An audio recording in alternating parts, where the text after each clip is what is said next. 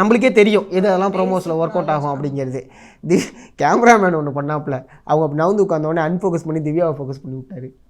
எதுக்கு இந்த மாநகர் ஐயோ பல்புனா பல்பு நிறைய பல்பு வெறும் பல்பு பார்வதினே வச்சிடலாம். ப்ரோமோவதிலாம் கிடையாது. ப்ரோமோவதி காக்காவெல்லாம் நவுத்திட்டு பல்பு பார்வதினே வச்சிடலாம். ஃபுல்லாக பல்பு வாயை திறந்தாலே நீ பேசாதியா நின்று. அண்ட் வந்து இன்னொரு விஷயம் பார்வதி விஷயம் இப்போ முடிஞ்சிச்சுன்னு வச்சுக்கோங்களேன். ஐயோ இந்த நடிப்பு அரக்கன் தொல்லை எனக்கு தாங்க முடியல. அவரு வினோத் ஒரு விஷயம் சொல்லி எல்லாருமே சொன்னாங்க பேசுறத கேளுங்கன்னு.